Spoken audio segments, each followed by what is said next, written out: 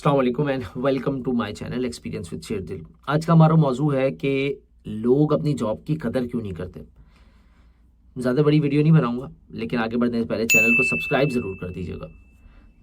हमारे पास और IT industry और दूसरी इंडस्ट्रीज़ के अंदर भी एक प्रॉब्लम है कि ओनर बंदों को रखते हैं, नीचे से पूरा काम सिखाते हैं, सब कुछ करते हैं, लेकिन बीच में अचानक को छोड़ देते हैं।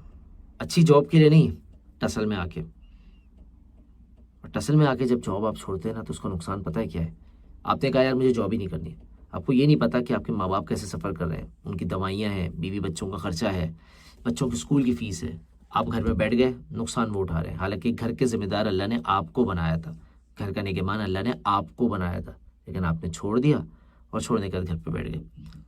मेरे अपने ऑफिस में भी ये प्रॉब्लम्स हुए हैं और मैं दूसरे ओनर्स वगैरह से बात करता हूँ, इवन कि यूएस वगैरह में भी ये प्रॉब्लम्स हो रहा होता है। और ये साइको इशू है। साइको इशू क्यों है? आपको थोड़ा सा गुस्सा आया, आपने कहा यार फलां की सैलरी बढ़ गई, मेरी तो बढ़ी नहीं है, फलां दूसरी कंपनी में चला गया। मैं ठीक है ना, मैं ऐसे लोगों को भी जानता हूँ। मेरे अपने ऑफिस के कुछ पुराने कोलीग्स हैं, मेरे एक दो ओनर्स दूसरी कंपनी के फाउंडर्स वगैरह हैं, ओनर्स सीईओज हैं। उनकी अपनी कंपनी में हुआ है कि बंदा अच्छा खासा जॉब कर रहा था, लालच में आके फ़ौरन जॉब छोड़ी, चला गया, 1 महीने के बाद वहाँ से भी निकाल दिया। अच्छी सैलरी थी, 3 लाख 4 लाख 5 लाख तक अर्न कर रहा था, अचानक से निकाल दिया, बैठा हुआ है, ना इधर करा ना उधर करा। जल्दबाजी जो है ना, वो आपको मरवा देती है, वो आपको नुकसान पहुंचाती है, ठीक है ना। और जैसे ही आप जॉब से रिज़ाइन करने वाले होते हैं, नोटिस पीरियड पे आते हैं, आपके तेवर बदल जाते हैं। वो कंपनी, वो बंदा जिसने आपको पूरा सिखाया, सब कुछ सिखाया, उसको आप आंखें दिखाना शुरू कर देते हो और आपको लगता है कि आपके बगैर कंपनी नहीं चलेगी। तो ये भूल है, ये सोच है आपकी कि आपके बगैर कंपनी है। मैं नहीं होऊंगा तब भी कंपनी चलेगी। किसी के जाने से काम नहीं रुकता। अल्लाह ताला ने दुनिया का निज़ाम ऐसा बनाया कि काम नहीं रुकेगा। मैं कल को चला जाऊंगा, आप चले जाओगे, काम नहीं रुकेगा। मैं समझाना क्या चाह रहा हूँ कि आपको एक बात है कि अगर आपको कहीं किसी कंपनी की ऑफ़र आया और आप जा रहे हो, तो अपनी औकात को मत भूलो। जिस कंपनी से आप शुरुआत आपने की है ना, वहाँ याद रखो। अच्छा, ये मैं अपने एम्प्लॉयज़ के बारे में बात नहीं कर रहा हूँ, ये मैं ओवरऑल बात कर रहा हूँ, क्योंकि मैं काउंसलर भी हूँ, मैं लोगों की काउंसलिंग कर रहा होता हूँ। और मैं मुख्तलिफ एसोसिएशन का हिस्सा भी हूँ, जहाँ पे कंपनी के सीईओ, सीटीओज और फाउंडर्स और ओनर्स होते हैं, जो मुलाजिम नहीं है, मालिक हैं कंपनी के, ओन करते हैं कंपनी को, और वो अपने एम्प्लॉयज़ का बिहेवियर मेरे साथ शेयर कर रहे होते हैं। भाई ऐसा हुआ, ऐसा हुआ, उन सब की बेसिस पे मैं बता रहा हूँ। और ज़ाहिर है मेरे स्टूडेंट्स भी होते हैं, 10 जगह छोड़ देते हैं, मुझसे मशवरा लेते हैं, कभी नहीं लेते, फिर वापस आ जाते हैं।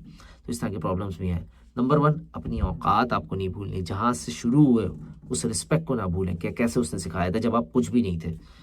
नंबर 2, आप जब किसी कंपनी में जा रहे हैं तो लालच में मत आए।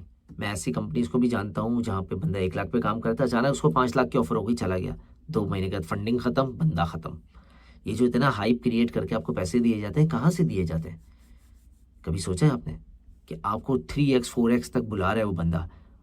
ऐसे भी लोगों को मैं जानता हूँ जिनको दूसरी कंपनीज ने बोला कि यार आप आ जाए और आपका जो नोटिस पीरियड वहाँ सर्व करना है, उसके पैसे हम एडवांस में आपको दे देंगे। यानी कि आप अनइथिकल वे के थ्रू जा रहे हो। जिस बंदे ने, जिस कंपनी ने आपसे कॉन्ट्रैक्ट किया, आप उसके कॉन्ट्रैक्ट पे लात मार के उसको करके उसका प्रोजेक्ट बीच में छोड़ के जा रहे हो।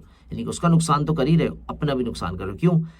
आज पैसे के लिए आपने उसको छोड़ा है, कल दूसरी कंपनी जिसने आपको पैसे के लिए लालच देके बुलाया है, उसका काम खत्म होगा, वो बगैर पैसे दिए आपको निकाल भी देगी। ऐसे कई कंपनीज हैं जिन्होंने लालच पे बंदे हायर हुए वहाँ पे, मतलब हाई सैलरीज के ऊपर, इसको मैं लालच ही बोलूँगा। 2 महीने के बाद वो सैलरी के लिए रो रहे हैं, 2 महीने हो गए सैलरी नहीं आ रही, फेसबुक पर डल रहा है। लेकिन क्यों डल रहा है भाई? आपने अनइथिकल वे किया तो वो तुम्हारा बाप है, वो सवा शेर है, वो उसने तुम्हारे साथ अनइथिकल किया। तो एक तमीज़ से एक चीज़ चल रही है। तो हमारे माशरे में, हमारे लोगों में जल्दी बहुत है, जल्दी अमीर बनना है, दूसरों को धोखा देके अमीर बनना है। तो भाई एक प्रोसेस मौजूद है ना। एक बंदे ने आपको नीचे उठाया, सिखाया काम, आपको सैलरी दे रहा है, सब कुछ कर रहा है, आपके सारे अखराजात, सारे नखरे उठा रहे हैं, ठीक है ना। जिस प्रोजेक्ट में आपको लगाया, अब आप प्रोजेक्ट बीच में छोड़ के जा रहे हो, ठीक है, जाना बुरी बात नहीं है, आपको अच्छी सैलरी आ रही, जाओ, बट पहले मशवरा तो करो किसी से, ओनर से करो या किसी और से। मैं ऐसे ओनर्स को भी जानता हूँ जो अपने एम्प्लॉयज़ को मशवरा देते हैं, भाई अच्छी जगह जाओ।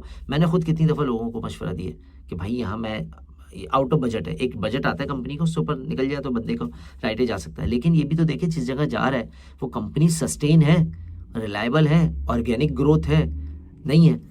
तो पहला मसला आपकी खुद की अना और खुद की जो दिमागी वो है गुस्सा, उसकी वजह से आप जॉब छोड़ देते हैं, घर आके बैठ गए, नई जॉब भी नहीं कर रहे, कहीं जॉब भी नहीं मिल रही, लेकिन गुस्से में छोड़ दिया। सफ़र कौन कर रहा है? आपके पेरेंट्स, आपके बीवी बच्चे, आपके घर वाले। दूसरा मसला क्या है? अनएथिकल वे के थ्रू आपने जॉब छोड़ी, दूसरी कंपनी में गए, वो आपका बाप था, उसने आपको 2 महीने का निकाल दिया, उसने कहा कर सकते हो कर लो। क्यों? उसके पास आपकी गिरा है, उस आपको जिसके खिलाफ बोले वो बोलेगा ये पुरानी कंपनी से भी यही तो करके आया, ब्लैक लिस्ट हुआ भाई। तीसरा नुकसान क्या है? आपने यहाँ से रिज़ाइन किया, मैं भी ऐसे भी सिनेरियो मेरे सामने आए हैं जहाँ पे रिज़ाइन किया हमारे पास से या कंपनी क्लाइंट के पास से, गया दूसरी कंपनी में, दूसरी कंपनी वालों ने बैकग्राउंड चेक के लिए ईमेल की, हम तो खैर ईमेल का प्रॉपर जवाब दे देते हैं, लेकिन ऐसी भी कंपनीज हैं जहाँ अनएथिकल वे किया तो कंपनी ने भी रिस्पॉन्ड नहीं किया कि भाई ये हमारे साथ ये करके गया है, इस तरीके से निकला है। तो जब बैकग्राउंड चेक उस नई कंपनी को पता लगा, उसने उसका कॉन्ट्रैक्ट उसी वक्त के लिए कैंसिल कर दिया। क्या हुआ? यहाँ से भी किया, वहाँ से भी किया, 3 सिनेरियो हो गए। चौथा सिनेरियो क्या है? चौथा सिनेरियो ये है कि आप के पास टाइम है, आप पार्ट टाइम काम कर सकते हो, लोगों को अपनी स्किल सेल कर सकते हो, लेकिन आप कुछ भी नहीं कर रहे हो, जीरो बैठे हो। लोग आपके पास आ रहे हैं, बता रहे हैं लोग कि यार ये प्रोजेक्ट है, ये आप बोल रहे हो पैसे बहुत कम है। ये कम और ज़्यादा का अंदाज़ा कैसे लगाया आपने? कम और ज़्यादा का अंदाज़ा उस वक्त लगाते हैं जब आपके पास लेट से 100 रुपये का प्रोजेक्ट आ रहा हो और वो बंदा बोल रहा हो कि यार मैं 80 रुपये दूंगा, तब तो समझ में आता है। आप वेले बैठे हुए हो, एक्स्ट्रा टाइम बिल्कुल फारिग, आप अर्निंग ढूंढ रहे हो, लेकिन आपका जो चौड़ापन है, आपकी जो अना है, वो आपको इन तरह के प्रोजेक्ट करने नहीं दे रही। मेरे पास एसएसवी स्टूडेंट्स हैं, वो कहते हैं सर जॉब ढूंढ रहे प्रोजेक्ट, मैं उनको बोलता हूँ प्रोजेक्ट करने का, कहते हैं सर ये क्या दे रहे हैं आप पैसे इतने कम। तो भाई तुम्हारे पास है प्रोजेक्ट, जीरो पे बैठे हो, कुछ नहीं है, शाम में वेला, ठीक है ना, कहीं प्याला होटल पे बैठा हुआ होगा बंदा, चाय पी रहा होगा, ठीक है ना, लेकिन जब काम का टाइम है भाई तो कह रहा है सर पैसे कम है, चीज़ें। तो फिर एक्स्ट्रा इनकम कैसे करोगे आप? सेकेंडरी इनकम पे कैसे जाओगे? स्किल कैसे करोगे? सर मुझे ये सीखना है, वो सीखना है। जब प्रोजेक्ट दिए जाते हैं नखरे चल रहे होते हैं। ये नखरा, ये चौड़ापन, ये अना, ये अनएथिकल वे आपको मरवाता है। तो ना करें ऐसा। अगर वाकई सीखना चाहते हैं तो मेरी बातों पे अमल करें। नंबर 1, जो आपको सिखा रहा है ना उससे सीखें, ये मत देखें उसकी क्या उम्र है क्या है, जो सिखा रहा है सीखें उससे। नंबर 2, अपने पैशन को प्रोफेशन में कन्वर्ट करें। नंबर 3, ऑर्गेनिक ग्रोथ से ऊपर जाए। आपको पता है आपकी औकात 40,000 वाली है, अगर कोई 2 लाख दे रहा है तो अपने आप को टटोलें भाई, 2 नंबर तो नहीं है, 2 लाख में उछलने की ज़रूरत नहीं है आपको। आप देखें आपकी औकात नहीं है 2 लाख की, अभी 40,000 से आ रहा है, कैसे 2 लाख दे रहा है भाई वो आपको? उसकी फंडिंग है, उसको बूट स्ट्रैप था, उसके बाद उसको फंडिंग मिल गई। फंडिंग मिली पाकिस्तान में, कराची में एक कंपनी थी, मैं उसका नाम नहीं लूँगा, उसको तकरीबन 80 से 90 मिलियन डॉलर की फंडिंग स्टार्ट हुई थी, बट पूरी नहीं मिल सकी थी उसको। उसने ओवर हायरिंग कर ली थी, x amount of employees hire कर लिए थे, ऑफिस में शशके लगा दिए, चीज़ें कर ली, सीईओज़ ने अपनी अपनी सैलरीज बढ़ा ली। सो हुआ क्या इसमें? कंपनी कोलैप्स कर गई, कंपनी बंद हो गई। क्यों? उसके फंडिंग जो है रुक गई थी किसी वजह से। अब जो बंदे उन्होंने 4 लाख में हायर किए, मार्केट में उनको 1.5 लाख में भी कोई नहीं ले रहा। क्यों? ओवर बजटिंग की हुई है। उस ओवर बजटिंग का नुकसान क्या हुआ?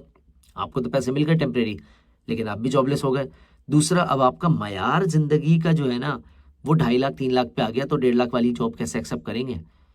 खामोश हम पसंद करेंगे, जॉबलेस रहना पसंद करेंगे, लेकिन 1.5 लाख 1 लाख की जॉब एक्सेप्ट नहीं करेंगे। ये भी हद धर्मी है। अल्लाह ताला रिस्क दे रहा होता है तो उसको शुक्र अदा करना चाहिए। चौड़ापन करोगे तो अल्लाह ताला रिस्क लेके किसी और को दे देगा। तो ये चीज़ें हैं जो मैं आपको समझाने की कोशिश कर रहा हूँ, उसको जितनी जल्दी हो सकता है समझ जाए।